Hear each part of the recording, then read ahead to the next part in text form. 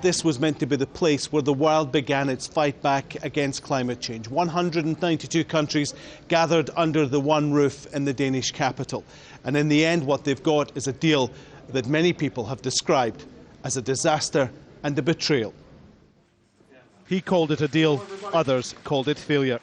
What we have achieved in Copenhagen will not be the end, but rather the beginning of a new era of international action.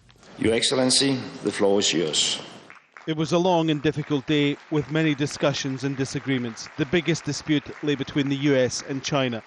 The Americans call this deal meaningful, an unprecedented first step. The main details: countries agree to try to limit the global temperature increase to no more than 2 degrees Celsius. There will be a fund of billions of dollars to fight the effects of climate change in poor and vulnerable countries. And there will be an international exchange of information on carbon emission cuts. To continue moving forward, we must draw on the effort that allowed us to succeed here today. Engagement among nations that represent a baseline of mutual interest and mutual respect. Climate change threatens us all. Therefore, we must bridge old divides and build new partnerships to meet this great challenge of our time. When 192 countries gathered in Copenhagen at the beginning of this summit, the chance of a legally binding deal was small, but hopes were high something good would emerge. For many, this clearly isn't it.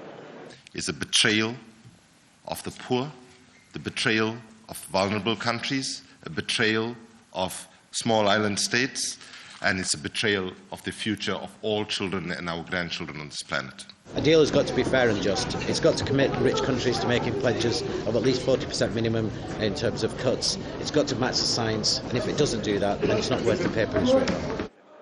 In the halls of the Summit Centre, the talk was of the deal being done between the US and the emerging economies of China, India, Brazil and South Africa. One leading member of the G77 Developing Nations Group says for a global problem, that's simply not acceptable. What the world needs is a just and an equitable deal. What the world needs is a transparent, democratic, participatory process for concluding a deal. Many world leaders have said that this is just one step when several are needed. Over the next few hours and days, people will begin to examine in detail the Copenhagen Accord to see what's included, but perhaps more significantly, to see what is missing. Copenhagen was to be the time and place where the world began a united fight back against climate change.